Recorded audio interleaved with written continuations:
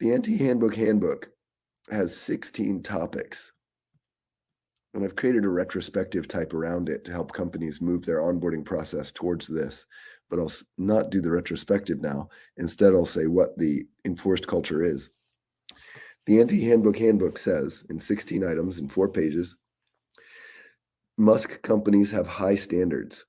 If you're the type of person that waits for feedback from your manager to know if you did a good job, you probably won't fit in a Musk company. The handbook says, we don't mean to sound harsh, that's just honest.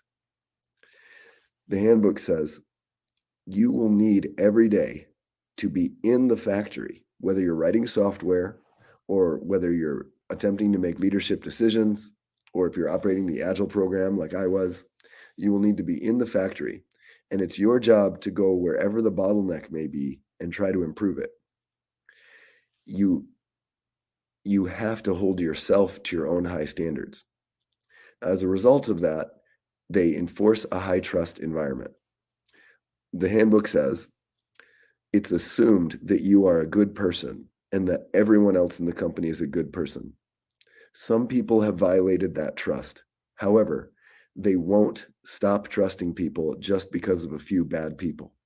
Instead, those bad people are eliminated, and they attempt to keep a high trust culture across all 110,000 employees now and 500 suppliers. Topic 3, communication.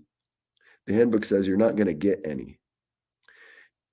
The handbook actually talks about managers and departments. Strangely, in Tesla, there aren't managers or departments, even though the handbook says you can talk to your manager, you can talk to your manager's manager, you can talk to a manager in another department, you can talk to Elon. You're told when you're first hired, anyone can talk to Elon. And Elon added to that, if anyone tries to stop you from talking to Elon, they will be fired immediately. This enforces the culture is flat. Now, related to that, Elon is in the factory. Elon is in either SpaceX or Tesla 12 hours a day, working, physically working, building cars, programming robots, writing Python code, unloading trucks. So you can go talk to Elon.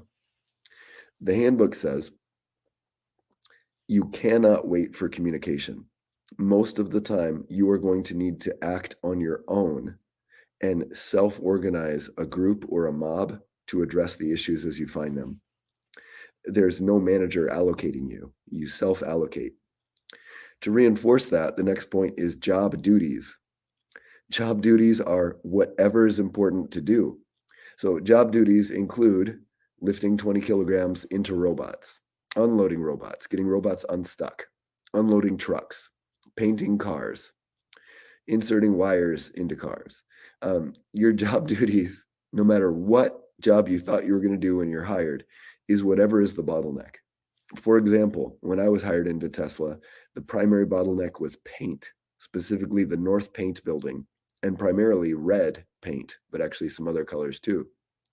So I spent a lot of time in coding and became very skillful in coding, despite that at the same time, I was updating the artificial intelligence for definition of ready and definition of done as part of the Agile practice. The next point is goals and feedback. The handbook says you're not going to have any.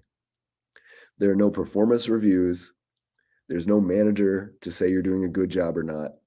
You are going to need to assess yourself and coach yourself to continuously improve. Next is safety. Safety is uncompromisable.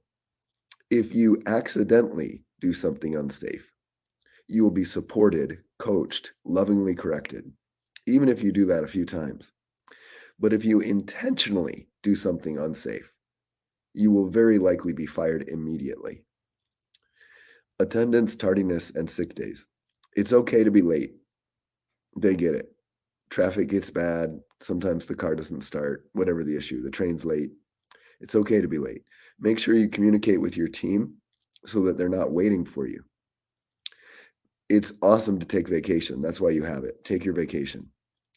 But if you ever don't call and don't show up, so your team is waiting on you, your whole team or the entire mob that you were likely to join that day has lost time. That is unforgivable.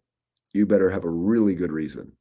If you don't have an awesomely good reason for not calling and not showing up and delaying an entire team, you'll be fired. Outside employment is specifically allowed. You are specifically allowed to work for another company. You can even work for a competitor. Some of you may remember a few years ago, Tesla open sourced many of their patents, saying all our patents are belong to you. They said the goal is not for Tesla to make so many electric cars, it's for there to be so many electric cars. If Volvo does that, if Mercedes-Benz does that, if Toyota does that, if Ford does that, if Stellantis does that, if Seat or Skoda does that, or Renault, that's awesome. It doesn't have to be Tesla. So Tesla is a very open culture. They're trying to accelerate all companies. Now, most companies aren't willing to work the way Tesla does, the level of radical empowerment of the employees and self-organization. Because of that, Tesla still continues to have the highest range, highest efficiency, highest sales growth of their electric portfolio, for example. Stupid stuff. The handbook says we're not going to list stupid stuff. You need to figure that out on your own. If you do stupid stuff, you might be fired immediately. Once could be enough. You are trusted, and you're trusted to give yourself high standards and operate without communication and do whatever job duty is required to advance the mission. If you do stupid stuff, we can't tolerate having you in the company. Next, fun. If there's anything you can do to increase your level of fun at work that doesn't slow you down or add risk, do it immediately.